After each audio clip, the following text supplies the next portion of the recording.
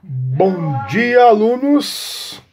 Hoje nós vamos falar um pouquinho sobre a reforma e contra-reforma religiosa, nosso próximo assunto. Tá bom?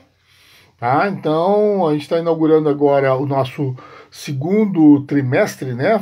Fizemos uma pequena revisão com o renascimento cultural, que nós tínhamos visto rapidamente no primeiro trimestre, né?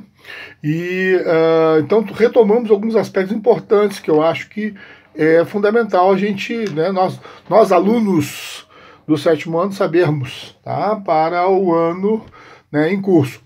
Bom, mas agora a gente vai estudar um assunto muito importante, que é a reforma religiosa, tá? Reforma religiosa ou reforma protestante. Esse termo protestante, depois a gente vai fazer uma referência da razão dele, tá bom?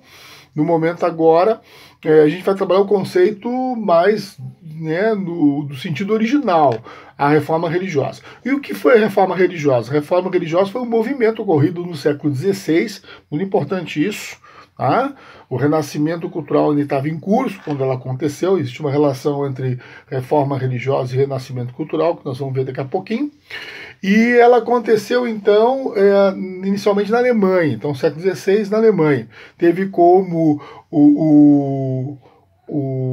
a pessoa, né, que fez o movimento, iniciou o movimento, chamado Martinho Lutero. Ele era um monge católico, ele era um padre, né, professor de uma universidade na Alemanha, e ele então inicia esse movimento, né, no sentido de romper com a igreja romana, como era conhecida até então, né, atualmente a gente chama de igreja católica, e criando novas religiões, dando origem então às chamadas religiões atuais, não católicas, como por exemplo as religiões evangélicas, as igrejas batistas, as igrejas adventistas, a igreja adventista, né?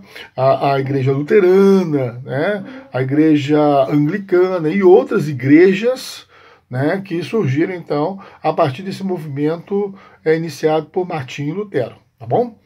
Então esse movimento é chamado reforma religiosa ou também reforma protestante, tá bem? Acompanhando pelos slides, vocês vão ver uma foto, aliás, uma imagem, perdão, na época não existia fotografia ainda, do Martinho Lutero na porta da igreja dele, em Wittenberg, da cidade onde ele vivia, né, onde lecionava também na universidade de lá, pregando literalmente na porta da igreja as chamadas 95 teses, tá, que nós vamos discutir em outra aula. Essas 95 teses então eram as propostas dele de uma nova religião que ele estava criando, né, até um pouco sem saber ainda, porque na realidade ele estava fazendo uma crítica às práticas erradas da igreja romana naquele momento, tá bom? Bom, e aí nós temos então as causas da reforma no próximo slide, né? Essas causas reformas, então, nós temos elementos principais com quem Martinho Lutero, né, dialogou, se colocou contra, tá? E o principal elemento é a chamada venda do perdão. Tá? Havia uma prática na Idade Média enorme, né, quando houve o renascimento comercial, o renascimento das cidades, da venda do perdão. Tá? Então era comum os padres da época, além de fazerem confissão, tá, entregarem um documento, podia ser escrito ou não, tá, com o tempo até uma prática ser um documento escrito, aonde absolvia os pecados, né, das pessoas. Então as pessoas adquirindo esse documento, adquirindo esse perdão, né, elas pagavam por isso. Tá? Então é a chamada venda do perdão, a venda da indulgência, né, do indulto, tá? A venda do perdão. E essa prática tornou-se muito séria. Durante a época do século XV, século XVI, que o Renascimento estava em curso, né, o próprio Papa, os próprios papas estimularam essa prática como forma da igreja receber mais dinheiro além dos dinheiros dos dízimos. Né? Para quê? Para a construção daquelas igrejas, aqueles prédios fantásticos, né, tudo decorado, cheio de esculturas, imagens, pinturas de santos, né, como é que chama? Das cenas religiosas, bíblicas, né?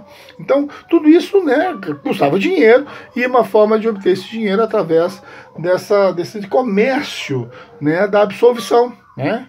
Então os indivíduos se sentiam, de certa forma, constrangidos isso. Além da venda do perdão, havia a venda de relíquias também, objetos que se atribuíam valor sagrado, como escapulários, crucifixos,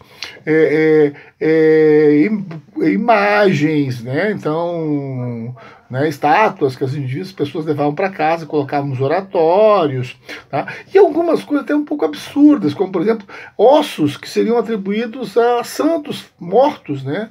E que os indivíduos tivessem aquele pedacinho, aquele fragmento de osso também era considerado sagrado. Pedaços da madeira da cruz de Cristo. Né? Só que circulava tantos pedaços de madeira da cruz de Cristo que estava para construir frotas de navios. Né? Então, obviamente, que era, né, uma mentirada danada. Né? Tá? Roupas, mantos, né, que seriam atribuídos também a Jesus Cristo, e circulavam para a Europa e isso era cobrado. Né? Tá certo? Havia um comércio inteiro, né? As pessoas eram enganadas, tá certo?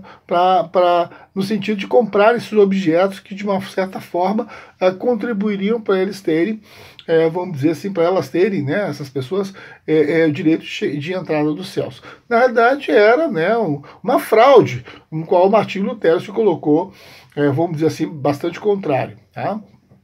Um outro aspecto também era a má conduta do clero, que além desse problema da venda das indulgências, né, muitos padres casavam, embora, né, não fosse permitido, mas tinham esposas, tinham filhos, aí procuravam colocar esses filhos em cargos importantes na igreja. Né? Bom, e isso era uma coisa que legalmente não poderia haver, mas, no entanto, eles faziam. Papas também fizeram essa prática. Né?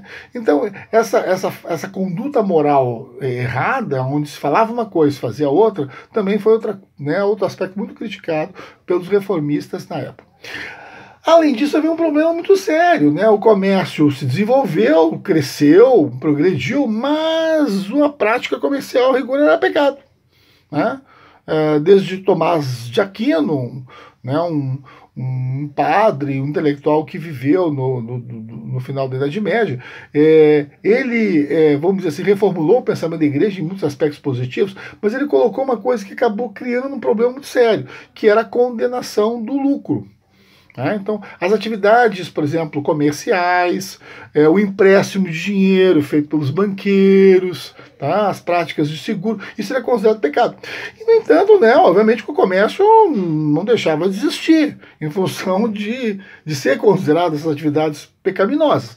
Mas aí, então, o que aconteceu? Obrigava os comerciantes, né, os burgueses, a comprarem as indulgências para, né, obter o perdão e assim obterem um lugar, um direito de ir para o céu.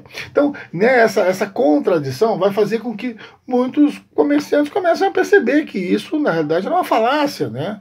Tá? E aí, certamente, vão se agradar, vamos dizer assim, das propostas, né, dos reformadores que diziam que não.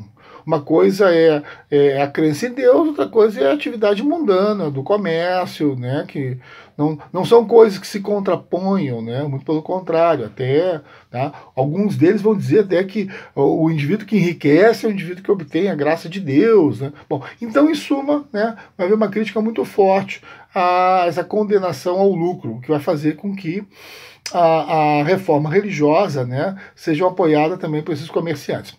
Um outro aspecto também é a questão do espírito crítico, né, que vai haver no momento. Né? Muitas pessoas, né, vão se dar conta que muitas coisas que eram colocadas não fazem sentido, né, numa sociedade que a cultura já estava progredindo, que as artes, né, a ciência, né, então um dos aspectos, por exemplo, que se criticava era o fato de se considerar que o Papa tinha, né, a palavra de Deus, né, o chamado dogma da infalibilidade papal. E essa ideia, né, passou a ser muito criticada entre os próprios padres, né, que começaram a ver que não, o Papa, né, como os cardeais, como os bispos, eram pessoas como qualquer outras, né, podiam fazer coisas boas, mas podiam também fazer coisas erradas, né, então atribuir a elas um papel, vamos dizer assim, da vontade de Deus não era uma questão propriamente correta. Tá? Então esse espírito crítico, ele é um espírito muito nascido com o Renascimento, né? Com aquela concepção racionalista do Renascimento, antropocentrista. Né? Então esse é um elemento bastante importante.